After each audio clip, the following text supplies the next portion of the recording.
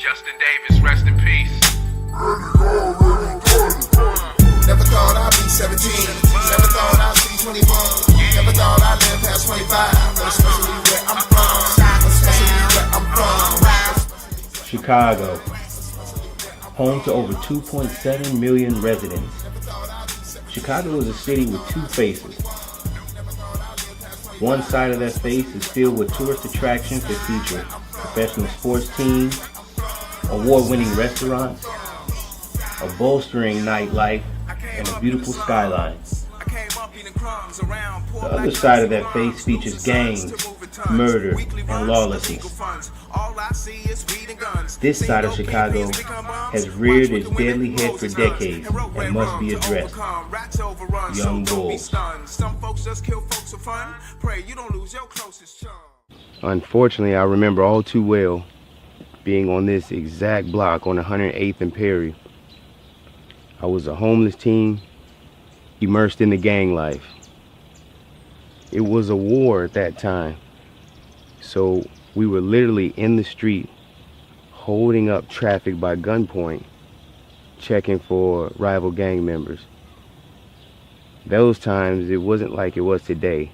The murder rates were 940, 930 murders a year. And that's when I ran into then 10-year-old Robert Little Yummy Sandifer.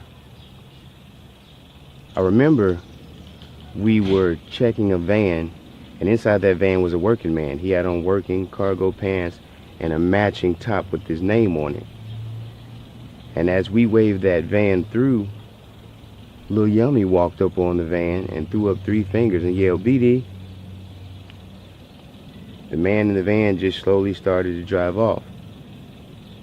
Lil Yummy followed that car again and yelled, "BD." The man wisely kept his hands on the steering wheel, eyes on the road, and began to drive off.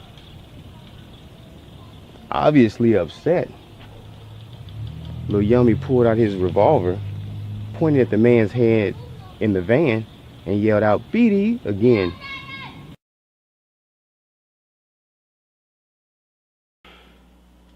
Young bulls is an analogy I use to compare the epidemic of violence in Chicago to an actual phenomenon that occurred in Africa. Here's the short version. A few years ago, the African elephant was hunted for its beautiful ivory tusk. The high demand of ivory products all over the world caused extensive hunting of the adult male African elephant, aka old bull. This hunting changed the shift in dynamics of the makeup of the community of elephants. This hunting caused the community of elephants to be comprised mainly of adult female elephants, young female elephants, and young male elephants, aka young bulls. With very few old bulls to guide them and correct them, these young bulls began to mature much earlier, and they began to become more violent. They began to kill each other. They began to kill other rhinos. They began to challenge and also kill the adult female elephants. The African Wildlife Committee, seeing what was going on, decided to repopulate these community of elephants with adult male elephants, aka old bulls. Once they reintroduced this population with old bulls, they immediately saw that these younger bulls began to fall in line. They began to mature much later. The killing of rhinos, the killing of adult female elephants, and even the killing of the other young bulls on one another dramatically lessened. So what's the point to all this? We need our old bulls, aka the real men of our community, to get back involved and to set the example that they are trying to teach to these young bulls.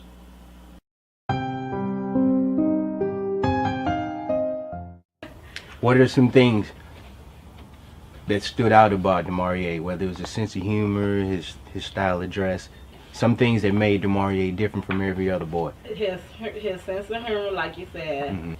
Take us back to that moment, like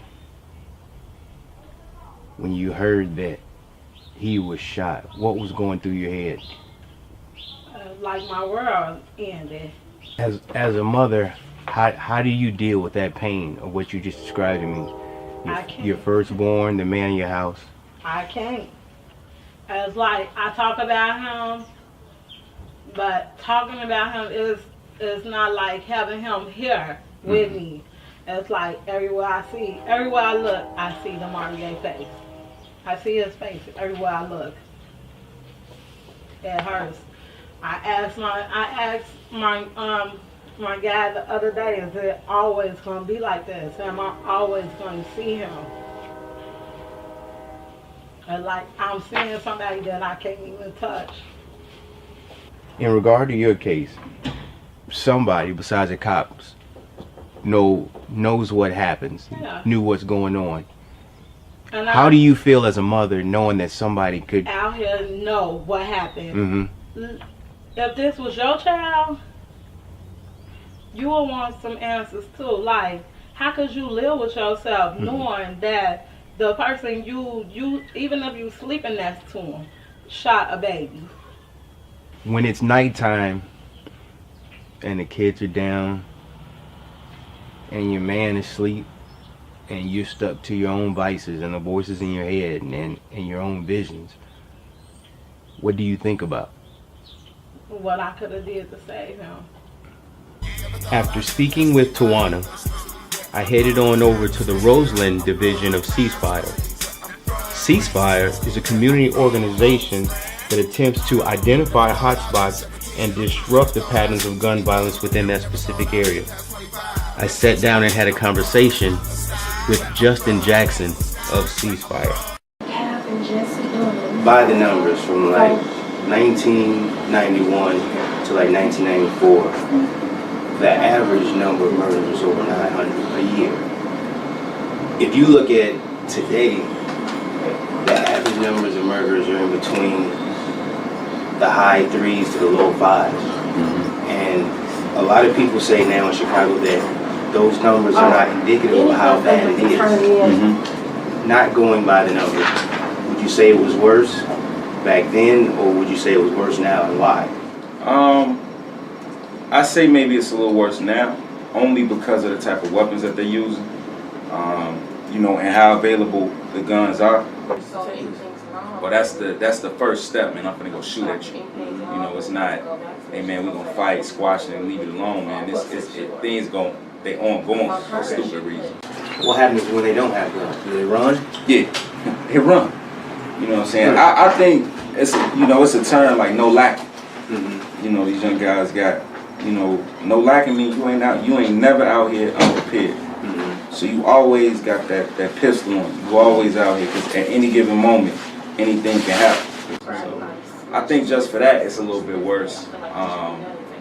You know, again, it was a little bit more structured, you know, in gangs. Now it's just kind of like, it's outlawed for real. Like, we just, anybody can get it. You know what I'm saying? You could be GD, and I'll kill another GD if we got problems. But I do think the prisons being privatized, and I think that's one of the worst things ever for the black community. You know, that's one industry that has grown over the years. You know, man, we got more prisons than schools. The prison industry is better than the school. It gets more funding, more money than the school system does. It's amazing talking to you, because one thing you point out to in regards to the prisons is the privatization. And with privatization calls for a demand in prisoners. I mean, it was a judge in, I believe in New Jersey, someplace on the East Coast, and he got disbarred, locked up. I think he's doing maybe 20-something years now for sending young kids to prison for stupid things. You know, sending them into the system, and he was like getting kickbacks from this prison. And to say that that's an isolated incident, you would be crazy to think that. You know, man, I look at how, you know, they set these young kids up. You know, the main thing now is to get them felonies. You ain't got to serve no time. We just give you felonies because you're young. Well, you straighten your life up. You know, somewhere along the lines, whatever, God's graces, you straighten up. Well, now you want a job. You want to do things that every American wants. you know, vote. You know, you can't even protect yourself and get a gun because you have a felony. You can't get student loans because you have a felony. Jobs aren't hiring you. So what do you do when you have this F on your record? You go back to doing illegal things.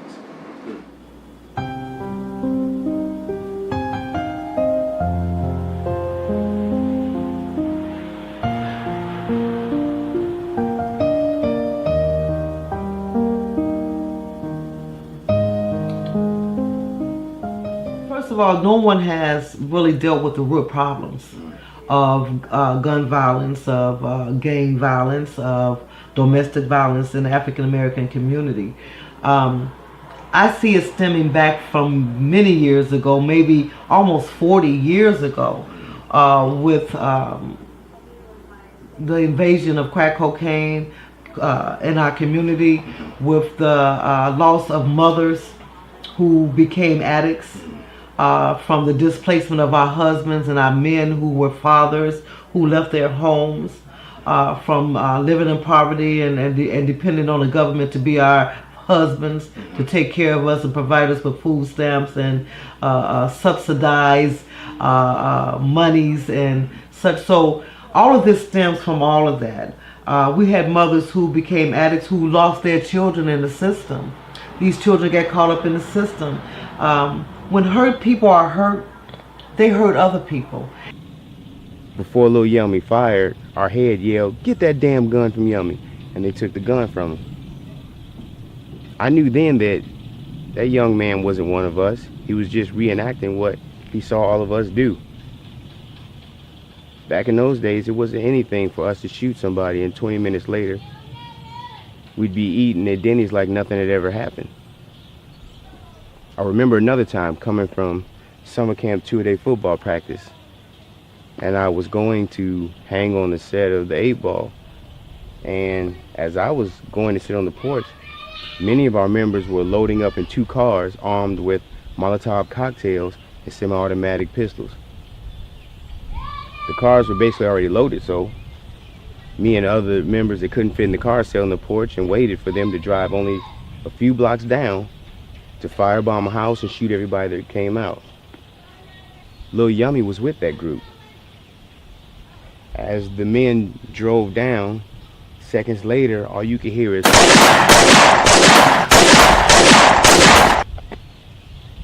and seconds later, the 2 cars returned. Our head was putting out a fire on his arm at the same time he was yelling at Lil Yummy, "How did you drop the damn gun? How did you drop the damn gun?" And what had happened, when they went to firebomb the house, our rival gang members started shooting out the windows. Lil Yummy got scared, dropped his gun, and ran. It was another sign that he was not one of us. But yet again, I said nothing. This epidemic of violence not only affects the people who were murdered and the family of bereaved, it affects businesses as well. So I headed downtown to speak to serial entrepreneur Marvin Russell, the CEO of the Ocean Agency. Given the current plight with the African American community, with gangs, drugs, gun violence, what have you, what do you believe is one of the main factors that contribute to this epidemic? I always boil everything down to 2 things. And, you know, 2 things in my life are extremely important. And those 2 things are real simple. It's no excuses and take responsibility. Those are the 2 mantras I live by: taking responsibility and no excuses. And, you know, it's first important to have that mentality. If you have that mentality of no excuses and taking responsibility, the doors just open wide up. You know, I have a team of people that, you know, I constantly preach to over and over and over again. When they come to me with problems or come to me with situations that they can't handle, I always tell them the same thing. You know, if a client's mad at you for something, you've got to take responsibility, and here's why. The moment that you put the responsibility on somebody else, you're depowering yourself. You're taking away power. Like if I say it's your fault that I did this, I'm not going to change because it's your fault. So you just took all the power away for you to change. But if you take responsibility for everything that happens in your life, you're empowering yourself. Now you have power to make any change you want. And what I see in a lot of communities, especially the African American community, is there's two things missing. It's that never really hardcore, never say die attitude of I always take responsibility, no excuses.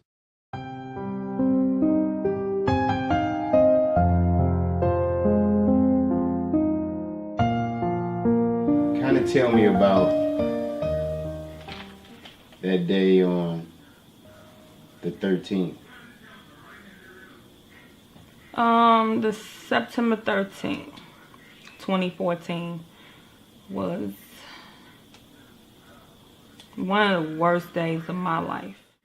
You just had a Christmas pass. How hard was that on you to spend your first Christmas without Ike? It was hard. Thanksgiving, that empty seat at the table.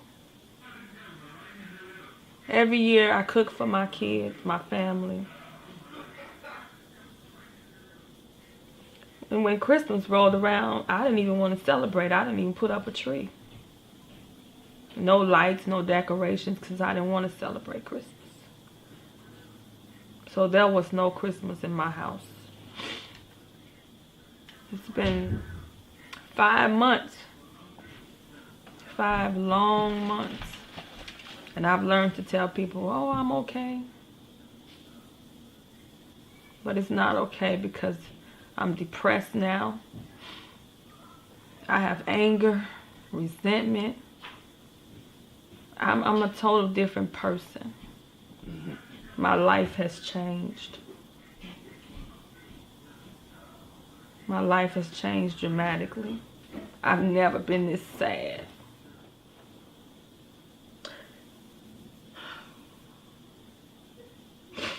I'm tired of being sad. I'm tired of being depressed. I've never been on medication in my life, but I'm on it now. I try to stay busy. I try to preoccupy my time, and I try to stay loaded on the medication. It really takes a family. It actually takes a man and a woman in order to successfully raise a child. The women by themselves can't do it. Men by themselves can't do it. And when they come together, families, communities, grandparents, uncles, next door neighbors, all of them have to wrap their arms and their spirits around children for children to be successfully raised in 2014. I have seen a mom and dad, what they call a mother and a father, a regular nuclear family, they really don't have a chance out here in these streets. If all you have is a mom and a dad, you're gonna need a godmother, you're gonna need an auntie, you're gonna need a mentor. You need all of that to successfully raise a child. But the real answer is, this is all in. Everybody's gotta be all in for us to successfully educate and to socialize our children to be globally competent human beings. When I was in school, the PE teacher could paddle you, and if you got in trouble, and then when you were sent home, your parents would probably physically punish you as well. And do you think that plays a part in this epidemic that we're facing with losing our children in the street now, lack of discipline? Yeah, I have absolutely changed, evolved, in my opinion, on what they call corporal punishment. And now I where I used to tolerate corporal punishment, where I was corporally punished. I mean, I remember get beat with the ironing cord, the razor strap, anything that my grandmama could get her hands on was something that you could be beat with or whipped with. But in 2014, I think we have to change. I don't think we can do that anymore. I know we can't do it anymore. Punishment has got to be much more cerebral and much more spiritual. So now when we punish children, they've got to understand why you punish them, not just to beat them and say, don't ever do that again. Children as young as 3, 4, and 5, they need to understand why you punish them, and then they need to make that connection. And I'm not talking about corporal. I'm saying whether it's denying them watching cartoons, or whether it's saying that you won't be able to play baseball or whatever. But they need to be able to make those connections between the things they like and the things that they should do in life. One of the reasons that black people used to be beat by their parents was to prepare them for life in the South. In the South, black boys could be lynched if they raised their eyes and looked at a white man. And so black parents would beat their children to say, don't raise your eyes, don't go against authority. And in a way, that was the most loving thing they could do to save their children's lives. But in 2014, it's kind of worked in reverse. Now when we beat our children physically, our children go, well, that doesn't hurt. You can't hurt. I'm not afraid of you. Now when we beat our children are saying, I'm not afraid of you, I'm not afraid of the teacher, I'm not afraid of the police. And instead of it helping our children, it hurts our children. And so we need to find other ways to discipline our young people. We must find, and it is my opinion that we need to find highly spiritual ways to discipline our children. And that includes talking to children, creating different emotional bonds with children, but hitting children doesn't work in 2014. That's why we have ISIS. That's why we have Palestine. That's why we have Iraq and wars all over the world.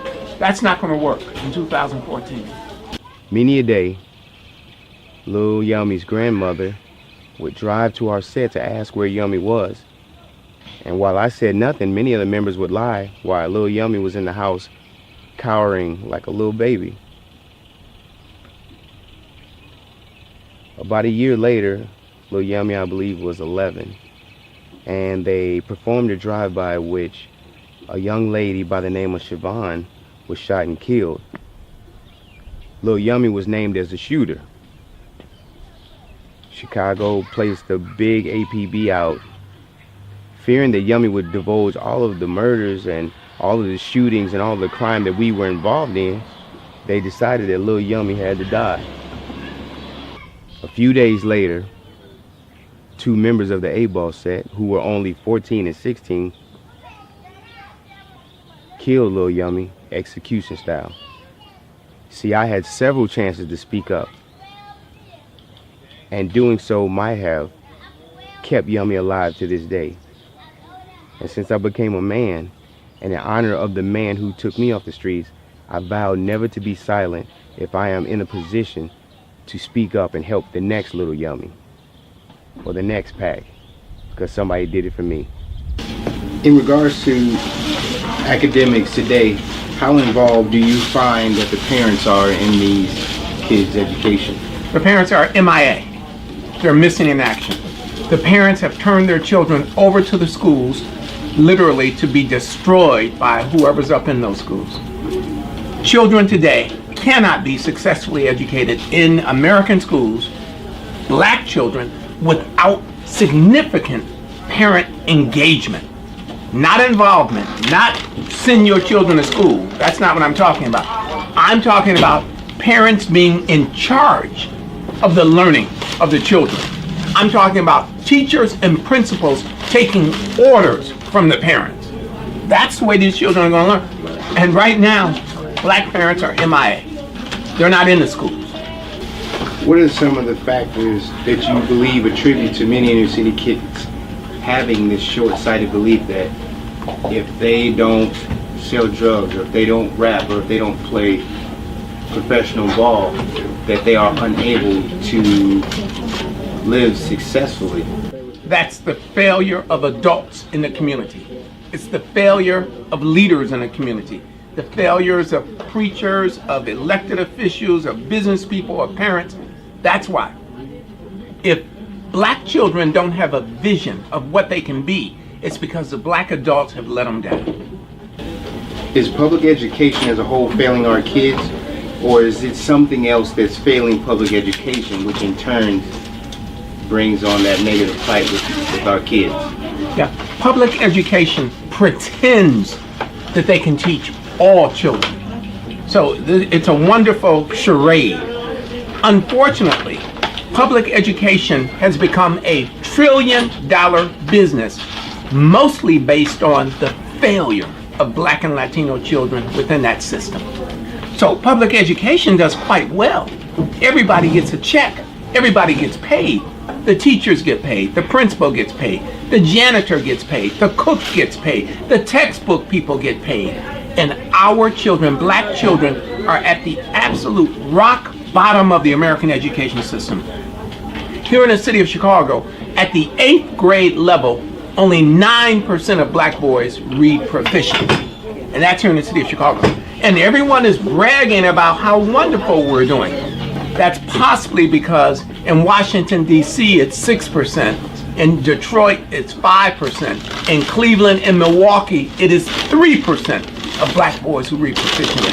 So maybe 9% is okay. It's not okay. After that great conversation with Mr. Jackson, I realized that this film was missing one thing: the voice of the individuals that are doing the shooting. So I traveled to the South Side to speak to some of the gang members in that neighborhood to get their perspective. I came up in the slums. I came up eating crumbs around poor black young single moms, losing sons to moving tons. Weekly runs, illegal funds. All I see is weed and guns. Seen dope kingpins become bums. Watch wicked women pose as nuns. And wrote red rum to overcome. Rats overrun, so don't be stunned. Some folks just kill folks for fun. Pray you don't lose your closest chum. Cause every day another child gone. In my hood, 17 is a milestone. So go ahead, call 911. Downtown. So all them teachers and preachers, I left speechless. Here's my thesis with 2 features. Just some street kids thought that the good life was out of our reaches by the system, so we dissed them. Raised our fist in opposition. Explain what's going on now. What's the difference between gangs in Chicago in the 90s and how it's turned more into cliquish today? Back in the 90s, you want to say it was more structure, you know what I'm saying? Everybody was together. Ain't no gang leaders nowadays, so everybody like renegade. That's why you live. It is what it is. So it don't matter if you BD or GD no more. It matters where you grow up. It's really like who you fucking with. Like yo, really? like cuz, you know, they BD. Like it don't even matter if you BD. You know the ops is the ops. Like shit. And if we get money together, then we cool. We gonna keep it at that level. You a up, you a up. What determines an op nowadays? You know, back in the days, you knew because of what started. Opposite. You ain't with me. You on the other side. That's opposite. You exactly what it is. After all the murders and after all the despair and after all the bloodshed and the funerals and the t-shirts with your friends on them, what keeps attracting guys like you to the gang life? Because we can't stop. I mean, it go bad. At the end of the day, that's how we was. Look, it's like that's all we know. You know what I'm saying? Yeah, it's like gonna chase us our life. It go bad once one of the homies get killed. It ain't no like we can kill it, but once one of the bros get killed. It's over. It's like when you get this shit. Like when you get this fuck with. I feel like you can always kill the beef before it get real. You know.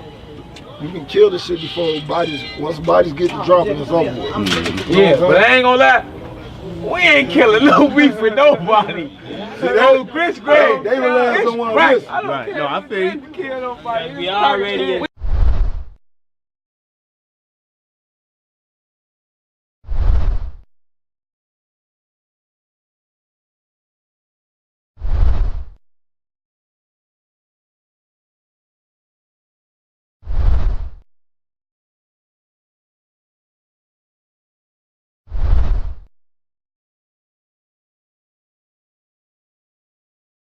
We ain't gonna show no polls, none of that shit. For the motherfucker on parole paper, we ain't gonna do all that. Niggas know what we at in them streets. Y'all can't trust on Evans or Vernon or whatever. Location on, we definitely can meet. It's like rock life. It's all it is. It's like rock life.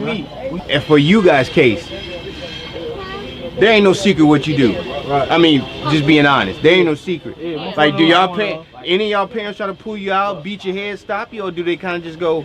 You feel me? I mean, at the end of the day, our parents know what it is. As long as when we come in the house, we respect them. That's all. We was raised right, but shit. We was raised right, but when we outside the house, it's a different thing. Our brothers. I can't go in my mama's house. I can't go in my mama's house talking about no GDK this, GDK that. That bullshit where she a crib. She won't even honor it, but she know when I leave the crib, she know I'm doing whatever I do. Advice from somebody on the outside looking in, what can somebody do to stay out of this gun violence? And I'm not saying stay out the way. Huh? Don't come in the Don't first. Don't claim nothing you ain't with. Don't make your ass better. Go to Don't come in the first place. You know what? Motherfuckers gotta fuck up. Those who get shot, the news don't tell the truth. You know what I'm saying? They be in shit, and the news don't say their part. They just say the part when they get shot. Don't nobody in Chicago don't. If you innocent, not too many motherfuckers get shot. Those who get shot, they did. It's something they did. They did something. You know what I'm saying? They did something. It ain't So just. they mamas get on the news crying. They don't know. They don't know what their sons and whoever was doing. all too often our young males see the example of what not to be from the adults they encounter. So I decided to gather a group of men who positively affect their communities. We gathered at the Underground Barber Shop in Normal, Illinois, owned by Davin Garrett. Came up eating crumbs around poor black young single moms, losing sons to moving tons. Weekly runs. Off the top of your head, what are your thoughts on parents enabling these kids in the streets when it comes to this epidemic of violence? It all starts in the home, man. You know, you see kids in the barbershop wilding out, and it's like if they're gonna wild out in here, they wilding out at the crib. It starts at a young age, man. When you put that stuff in check. My mother instilled fear in my heart at a young age, man. I wasn't about to even test the waters with her in the public. Morality and values and principles, those things are designed to be taught at home, and we're not. You know, it's gonna show in the classroom. It's gonna show after school programs. It's gonna show at grocery stores or the barbershops. When kids are wilding out, like Davin said, and acting a fool, it shows you what's taking place and what's not taking place in the home. You're talking about the city. You got generations of young parents who were indoctrinated in the same culture. So moms might still be repping, you know what I mean? Pops is still repping, look at little folks, you know what I mean? That is carried on, so she might approve of it. That's how you supposed to be. In rap videos, I heard a lyric on one of Lil Wayne's video that, quote, beat that blank up like Emmett Till. And I'm at the mindset that a lot of this generation has no idea and has lost the identity of our past and what we've gone through. They have lost the reality that men, women, white, black, and other have lost their lives to fight for equal rights so that we as African Americans could dress with dignity, speak with dignity. Somewhere right now, there's a relative of Emmett Till that's still grieving because of that lynching. And I think that there is a big gap in a knowledge of self with these kids and a knowledge of where we come from and how we've got to where we've gotten today. And I think that is part of the problem because of lack of identity with that. And I kind of want to know your thoughts on that. Huge. Go along with Lucy. I think a person's history is a huge component even to where they're headed in the future. That's like a bird not knowing it's a bird. That's like a bird going his whole life thinking it's an ant, not knowing it can fly. You know what I mean? Everywhere. And it's just walking everywhere.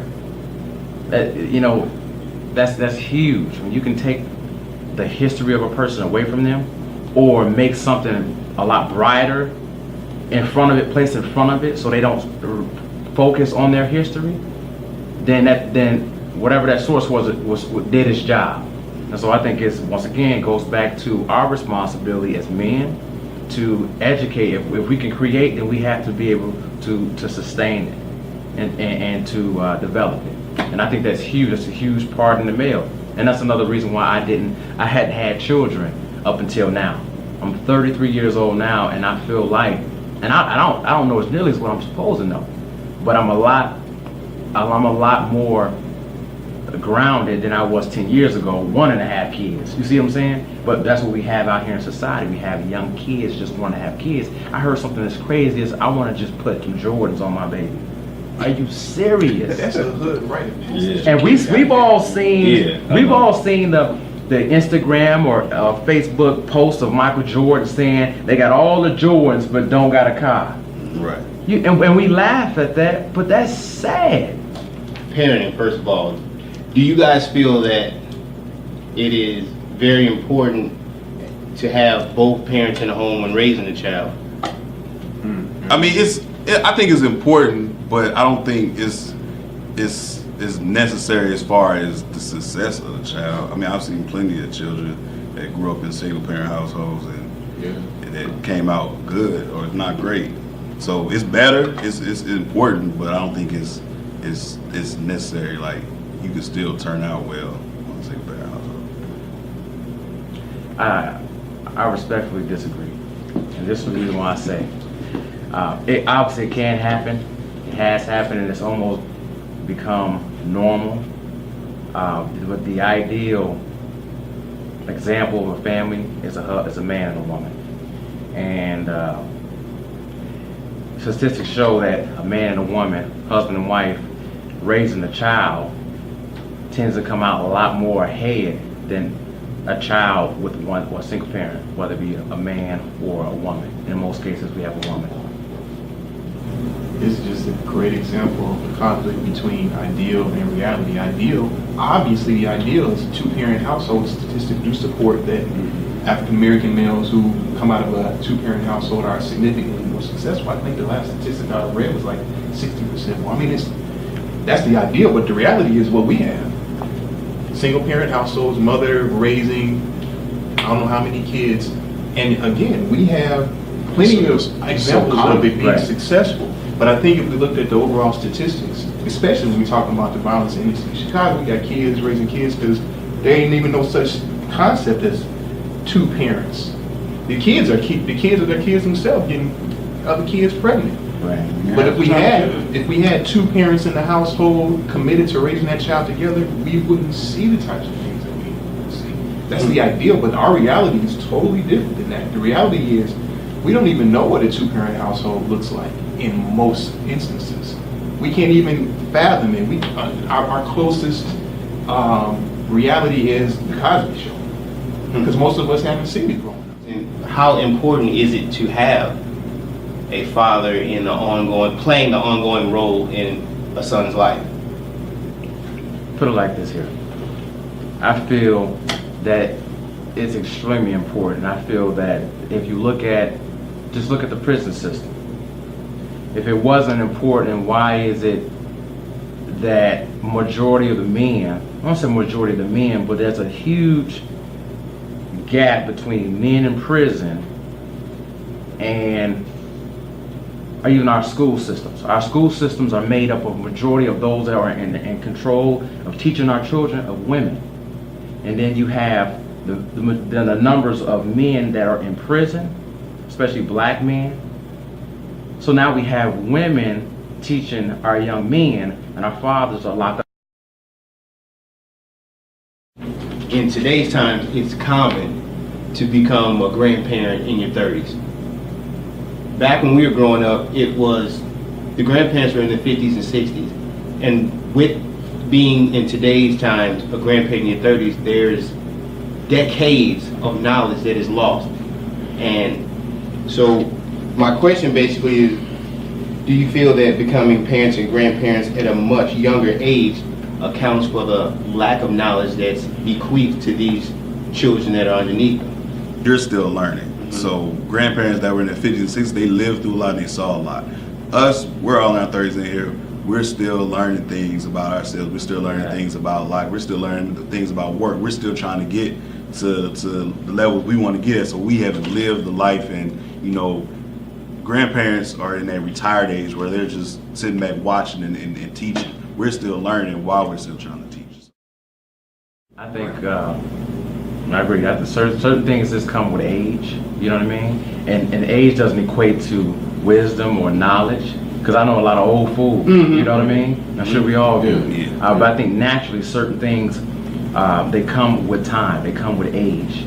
And you know, and if we keep breeding this culture where the young can create and bring in children, then we're just setting ourselves up for, you know, just a hard life. And we're setting our children up for a much harder life. I think more than another issue, not just with the transfer of knowledge, is establishment of success. You know, my grandparents had a house on 99th and Carpenter, and everybody knew that was a safe haven. You know, you get in hard times, you go stay with grandma and grandpa. And you in your 30s, you still trying to get your own house. Right. You know what I mean? You're nowhere near retirement. You're still trying to, like Lou said, you're still trying to establish yourself. We don't have that security where we can rely on grandma and grandpa when they still on the rat race themselves. Right. And being that young. Yep.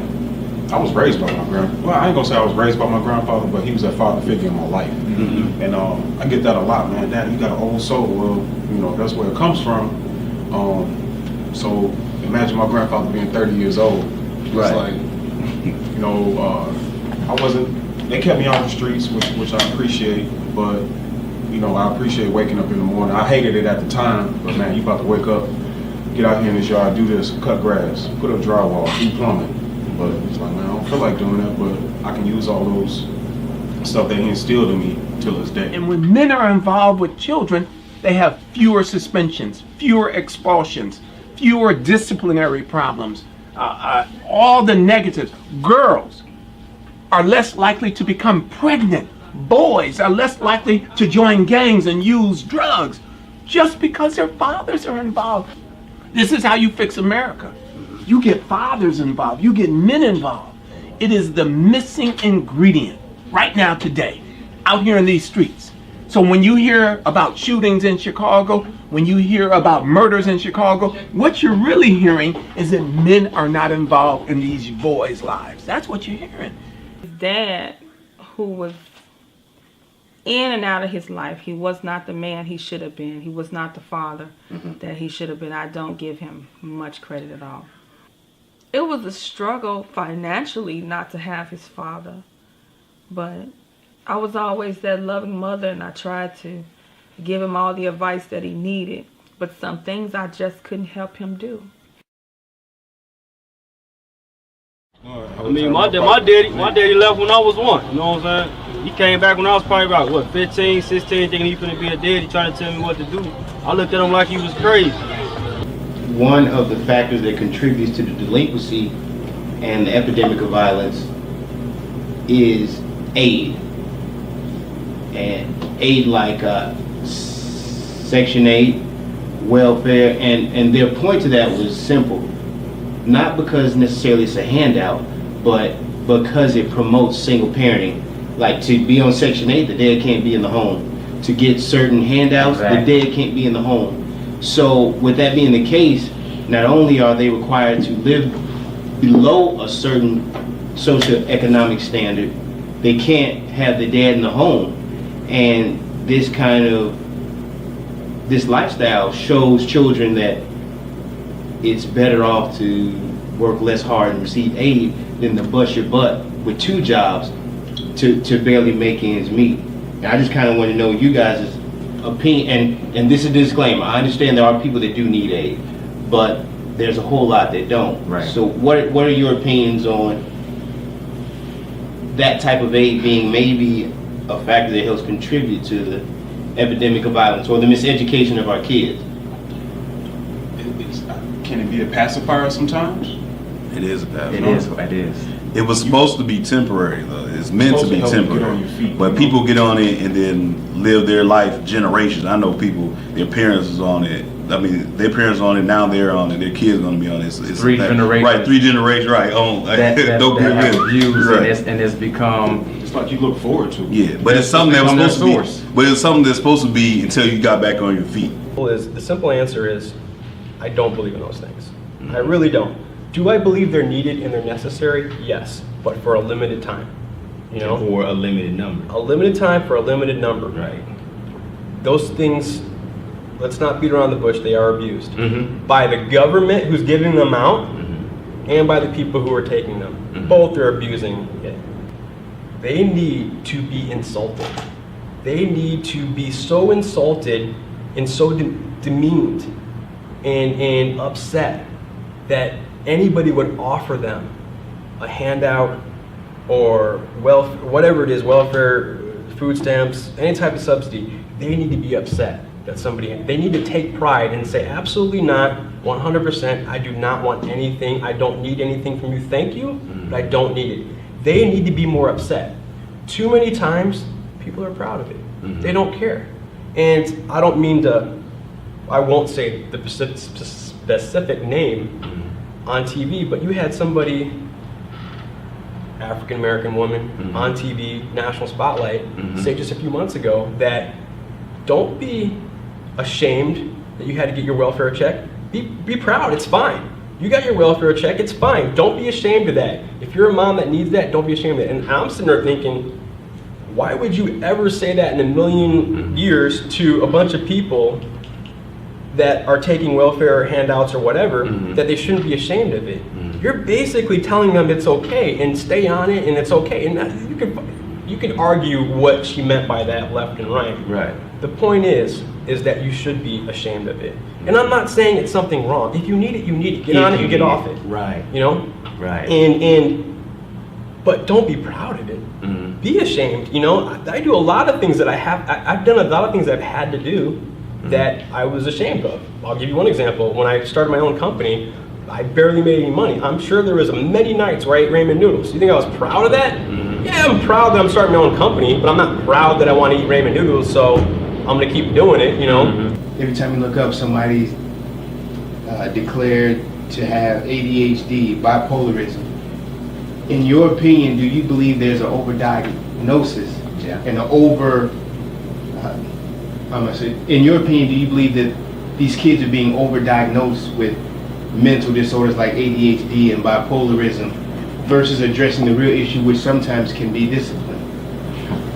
I would say, you know, in probably most instances, I mean, there are some kids legitimately need to be on medication. But I think a lot of times you got teachers who are not familiar with the culture, who aren't able to relate to the children and can't control their behavior in the classroom. They have ADHD, or they need to be in a special school, or they need to be in that special class and be separated because they don't know how to deal with it. And then they over-medicate these kids, and then those kids are dependent upon those medications. And then you got real issues. Then they really have issues when they don't get the medicine. Before they were good. They just needed some discipline. But now that they are dependent upon that medicine, they're just like any other junkie. They gonna act out. I think that our children are being pimped by the pharmaceutical companies, by the educators, and even by their own parents. I think that many of the parents want their children diagnosed with these disorders, if you will, so that they can get SSI checks from the government. So when you ask me about these mental illnesses, I think that we probably have as little real mental illness as we had 20 years ago, 40 years ago, 60 years ago. But now our children are being overdiagnosed with these disorders, and there are people making hundreds of millions of dollars off of the overdiagnosis of black children and Latino children with these what you call mental illnesses. I think it has to stop. Why do you think you get in so much trouble? Cause the way I take stuff, like I do stuff because I want to do it. If I just think before I act, I probably won't have a record. And why do you think you can't control that? Is it medication? Is it? It's just, well, if I take my medication, I'll be straight. But I'm not gonna use that as an excuse. I'm just take medication for what? Cause my disabilities, my ADHD, my bipolar. the reality is that you are not able to turn off your subconscious. And with that being said, do you feel that these kids that are inundating themselves with gangster rap, from, you know, I'ma kill you, to degrading women, to women only purposes to serve sexually, to I'ma sell drugs and make it, do you think that that is stagnating the mental growth of these kids as a whole? I tell parents, you will either control the media that your children consume. That means videos, YouTube, cell phones, CDs, all of it. Either you will control the media that your children consume, or the media will control your children. And what that means is, it doesn't matter what comes out of your mouth. It doesn't matter what values you have. It doesn't matter what you model. If you don't control the media, which, you know, at best, you're one voice telling your children what's right. But if you don't control the media, they will hear from everywhere what they should do and why they should do it, and it will not be the things that you want them to do.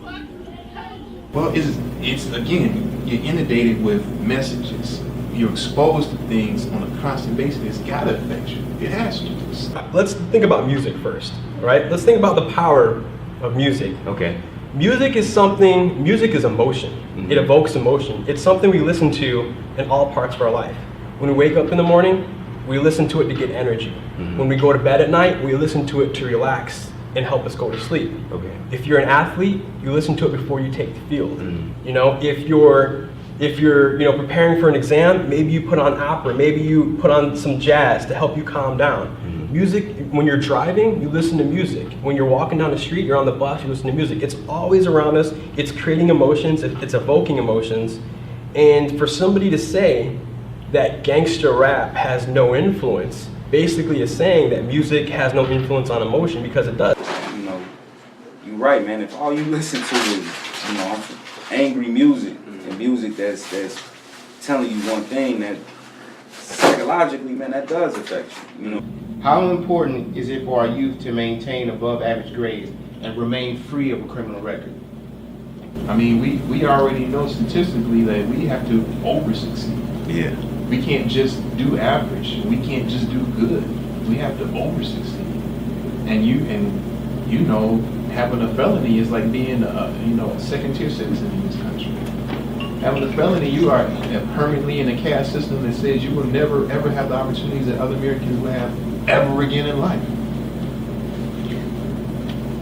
So you can have A's all your life. If you get a felony, it's over for you. Right.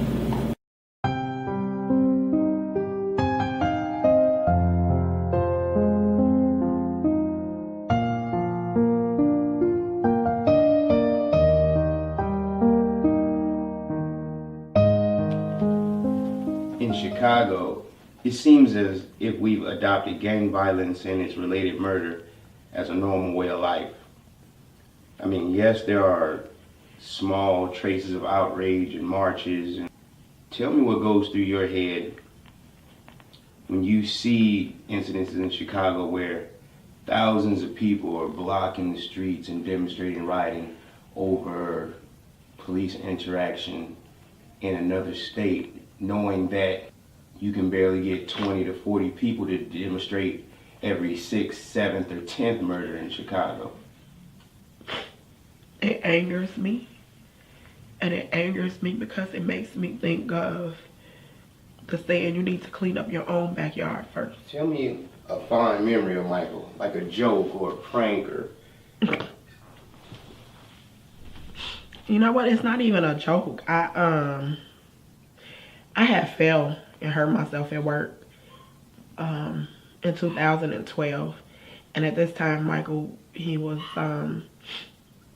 wrestling and he was filling out a little bit. And I had to have surgery on my ankle. And by us living on the 3rd floor, I couldn't use the crutches to get upstairs because by the time I got out of surgery and it was time to come home, my ankle was killing me and I had a cast on. So I was trying to crawl up the stairs. And when they told him, oh, your mama crawling up the stairs, I guess he was cooking. He stopped cooking. Michael flew downstairs and he said,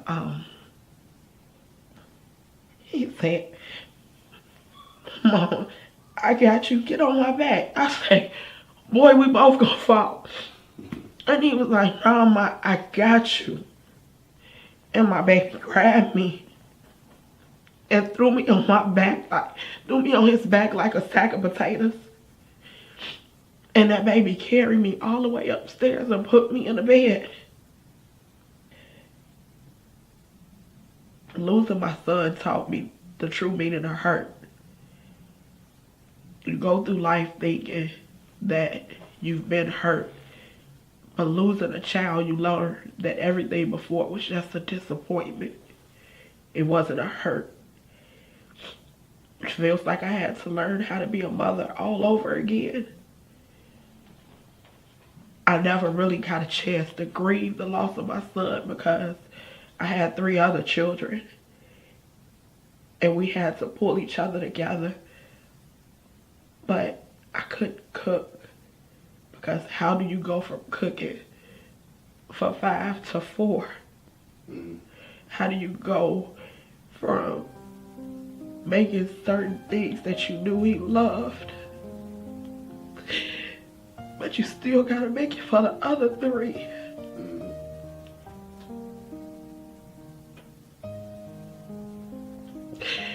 Going shopping, but you missing one. Having a smile when everything in you was falling apart. We have to get back to the core principles of parenting. We have to stop pacifying these kids and treating these kids as if they are equals.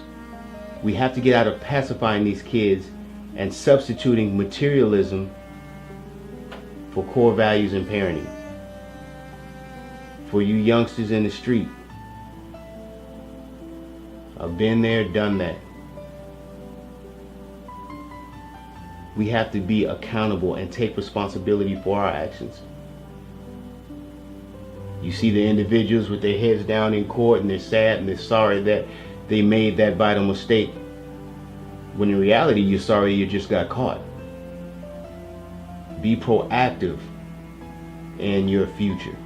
Get rid of these colloquialisms and these excuses like, I'm just dealing with what was placed in front of me.